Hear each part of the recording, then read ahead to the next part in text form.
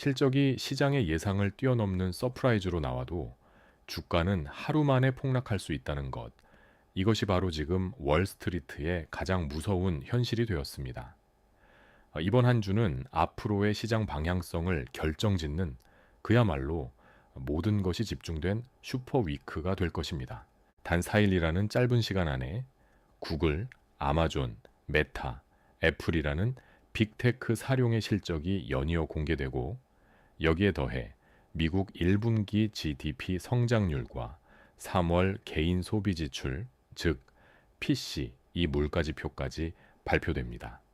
그리고 이 모든 것의 정점에는 금리 향방을 결정할 FOMC 회의가 자리하고 있죠. 보통 이런 실적 시즌이 되면 월가를 비롯한 대부분의 투자자들은 아주 익숙한 방식으로 기업을 분석합니다. 이 발표된 매출과 주당 순이익, 즉 EPS가 시장의 예상치, 이른바 컨센서스를 얼마나 뛰어넘었는지 혹은 밑돌았는지를 확인하는 것이죠.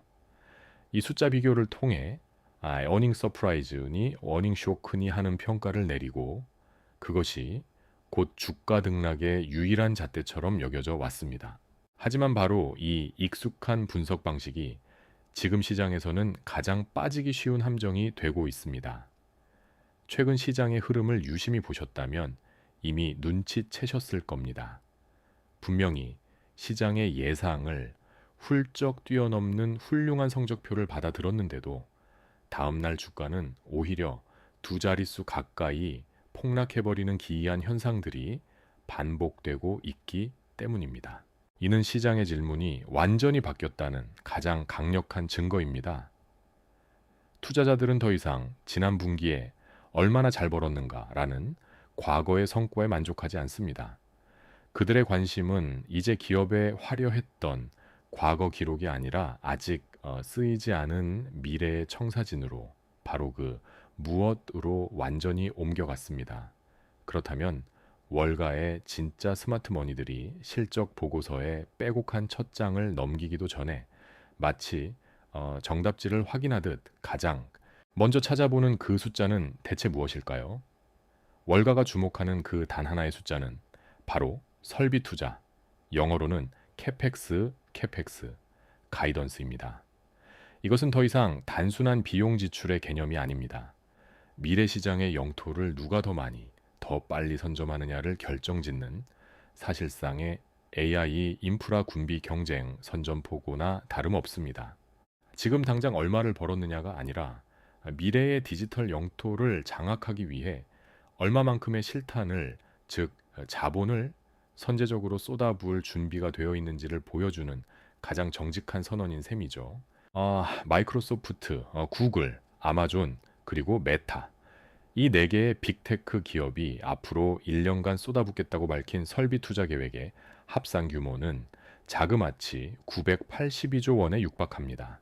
이는 대한민국 1년치 국가 예산을 훌쩍 뛰어넘는 천문학적인 금액이며 심지어 작년과 비교했을 때도 그 증가율이 가파르게 치솟고 있다는 점에서 시장은 더욱 경악하고 있습니다.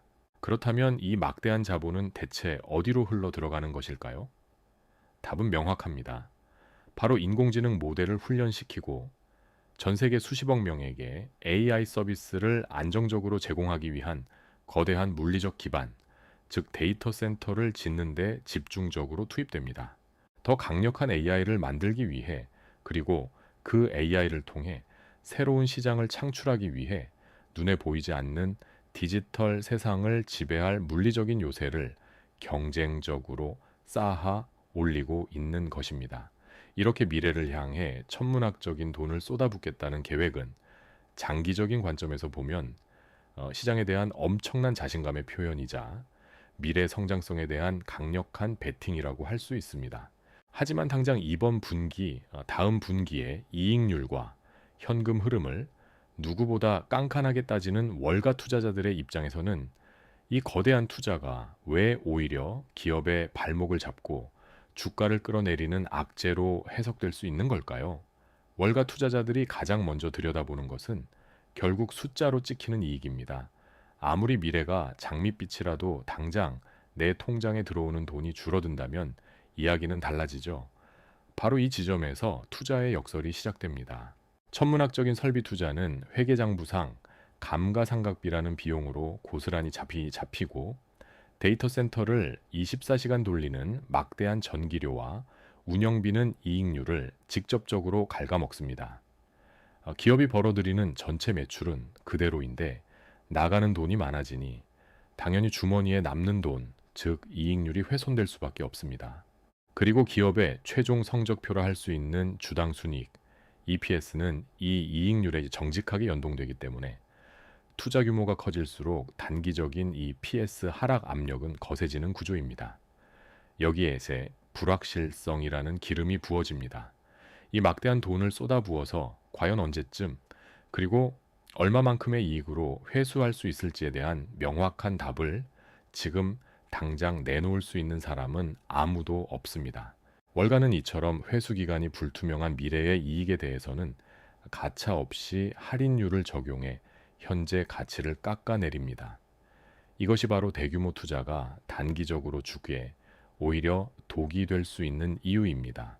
결국 이 빅테크 기업들은 각자 다른 방식으로 시장의 의심을 증명으로 바꿔내야 하는 무거운 과제를 짊어지게 된 셈입니다.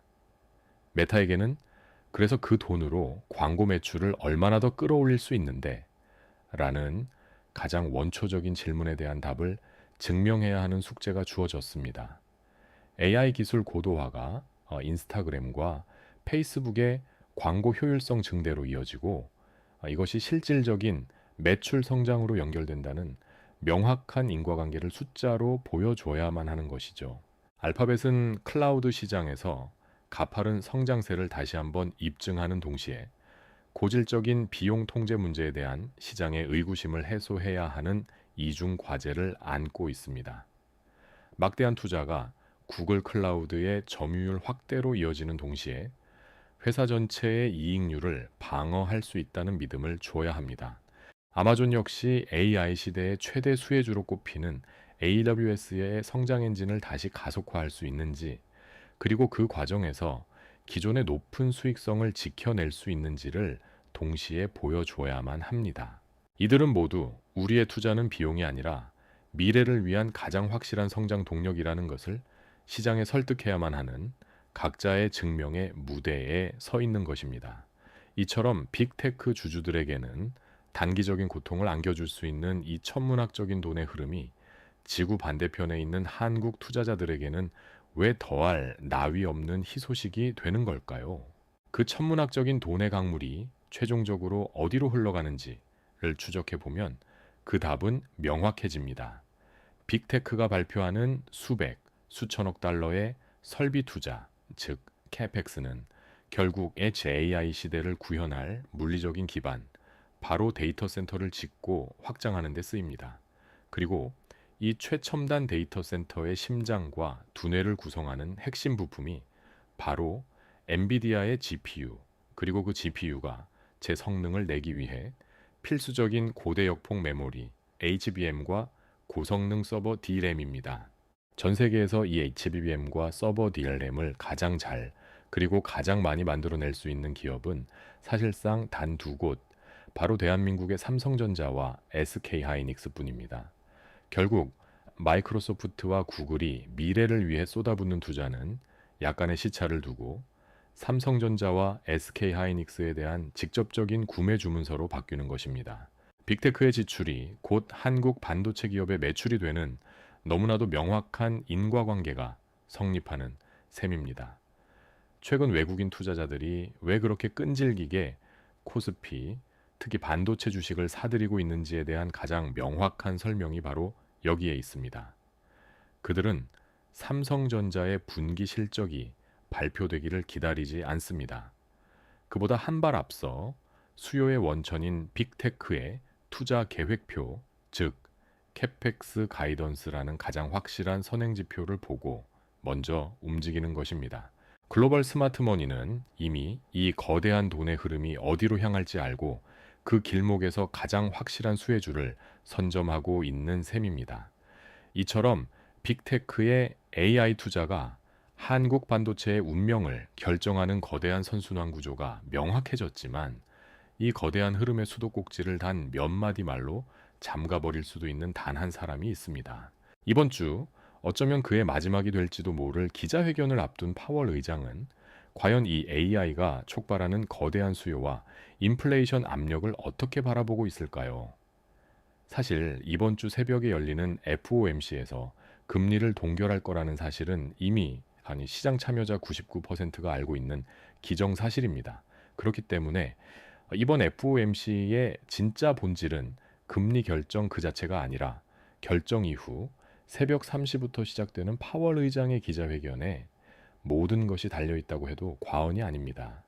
그의 말 한마디 한마디가 앞으로 펼쳐질 AI 투자 환경의 명운을 가를 수 있기 때문인데 그 핵심은 바로 자금 조달 비용이라는 현실적인 문제입니다.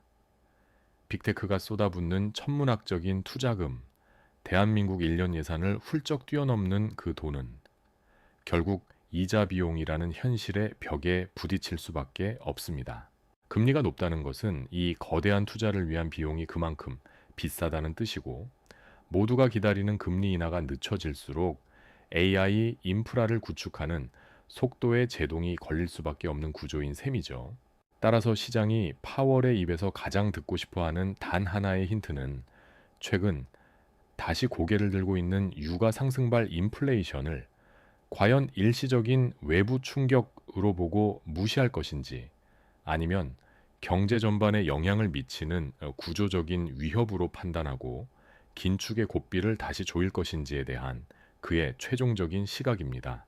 만약 그가 후자를 선택한다면 빅테크의 야심찬 투자 계획은 예상치 못한 이자 비용 증가라는 암초를 만나게 될 것이고 이는 곧 한국 반도체로 향하던 돈의 흐름을 막는 거대한 댐이 될 수도 있습니다. 여기에 더해 이번 기자회견이 그의 마지막 임기 중 하나가 될 수 있다는 정치적인 변수까지 겹치면서 시장의 불확실성은 더욱 커지고 있습니다. 만약 차기 연준 의장에 대한 미묘한 힌트라도 나온다면 시장은 앞으로의 통화정책 방향성 전체를 다시 계산해야 하는 복잡한 상황에 놓이게 됩니다. 결국 기업들의 야망을 상징하는 설비 투자, 캐펙스분과 중앙은행의 정책 의지를 보여주는 FOMC가 정면으로 충돌하는 지점이 바로 이번 주입니다. 그렇다면 이 모든 것을 종합적으로 판단할 수 있는 미국 경제의 진짜 건강 상태를 보여주는 최종 성적표는 우리에게 어떤 신호를 보내고 있을까요? 결국 빅테크의 거대한 청사진과 연준의 복잡한 속내, 이 모든 서사의 진실성을 판가름할 현실의 성적표가 바로 이번 주에 공개되는 1분기 GDP와 3월 PCE 지표입니다. GDP는 미국 경제의 성장이라는 엔진이 얼마나 힘차게 돌아가고 있는지를 보여주는 속도계이며 PCE는 물가라는 열이 얼마나 뜨거운지를 측정하는 천계와 같습니다. 이 두 숫자가 어떻게 나오느냐에 따라 시장의 분위기는 천국과 지옥을 오가게 될 것입니다. 우리가 그리는 최상의 시나리오는 GDP가 예상보다 견조하게 나오면서도 PC, 이 물가는 둔화되는 그림입니다. 이는 경제가 튼튼하게 성장하고 있어 빅테크의 막대한 AI 투자가 정당화되는 동시에 물가 부담이 줄어들어 연준이 금리 인하를 고려할 여지를 만들어주는 이른바 골디락스 상황을 의미합니다. 반대로 최악의 시나리오는 GDP는 둔화되는데 PCE는 여전히 높게 나오는 바로 스태그플레이션의 공포가 엄습하는 상황입니다. 성장은 멈추는데 물가는 잡히지 않으니 연준은 금리를 내릴 명분이 사라지고 이는 시장 전체의 발목을 잡는 최악의 족쇄가 될 수 있습니다. 특히 우리가 주목해야 할 변수는 바로 유가 리스크가 PCE에 미치는 영향입니다. 중동의 지정학적 리스크가 유가를 자극하면 이는 고스란히 PCE 지표에 반영되어 물가 상승 압력으로 작용하는데 이는 AI 데이터 센터를 돌리는데 막대한 전력이 필요한 빅테크에게 곧바로 전력 비용 상승이라는 원가 부담으로 이어집니다. 동시에 소비자들의 주머니 사정을 악화시켜 광고 지출이나 클라우드 서비스 구독 같은 소비 심리를 위축시키는 이중고로 작용할 수 있다는 점까지 고려해야 합니다. 결국 이렇게 복잡하게 얽힌 변수들 속에서 우리는 무엇을 보아야 할까요? 수많은 숫자와 지표가 쏟아지는 이번 주, 투자자로서 우리가 최종적으로 확인해야 할 체크리스트는 명확합니다. 첫째, 과거의 실적이 아니라 미래를 향한 기업들의 진짜 의지를 확인해야 합니다. 그것이 바로 설비 투자, 즉 캐펙스 가이던스의 방향성입니다. 지난 분기 실적이 아무리 좋게 나왔더라도 기업이 앞으로의 AI 수요에 자신이 없어 투자를 줄이겠다고 발표하는 순간 시장은 공포에 빠질 겁니다. 반대로 단기적인 이익 감소를 감수하고서라도 미래를 위해 수천억 달러 규모의 투자를 유지하거나 오히려 확대하겠다는 발표는 AI 수요가 여전히 폭발적이라는 가장 확실한 증거가 됩니다. 이것이야말로 삼성전자와 SK하이닉스로 흘러들어갈 돈의 규모를 결정하는 핵심 신호입니다. 두 번째 체크리스트는 이 막대한 투자가 과연 실제 돈으로 연결되고 있는지를 증명하는 클라우드 매출 성장률입니다.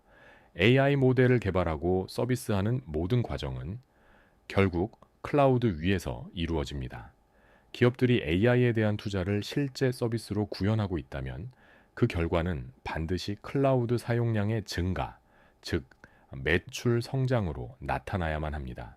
이것이 바로 AI가 단순한 기대감을 넘어 실질적인 수익 모델로 자리 잡고 있다는 가장 강력한 증거가 될 것입니다. 마지막으로 우리는 이 모든 기술적 흐름을 감싸고 있는 것이 경제의 최종 결정권자, 파월 의장의 마지막 메시지에 귀를 기울여야 합니다. 그의 입에서 나오는 물가와 경기에 대한 최종 판단이 시장의 위험 선호 심리를 결정하며 이는 곧 달러의 방향과 외국인 자금의 흐름을 좌우하게 될 것입니다.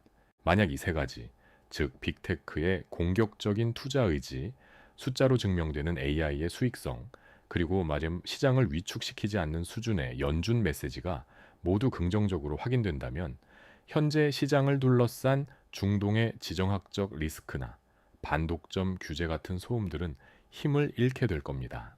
오히려 이 강력한 펀더멘털을 확인한 글로벌 스마트 머니, 즉 외국인 투자자들이 다시 한번 한국 반도체를 향한 매수 버튼을 누르면서 KOSPI의 반도체 주도 랠리는 더욱 힘을 얻어 나아갈 수 있다는 것이 최종적인 전망입니다.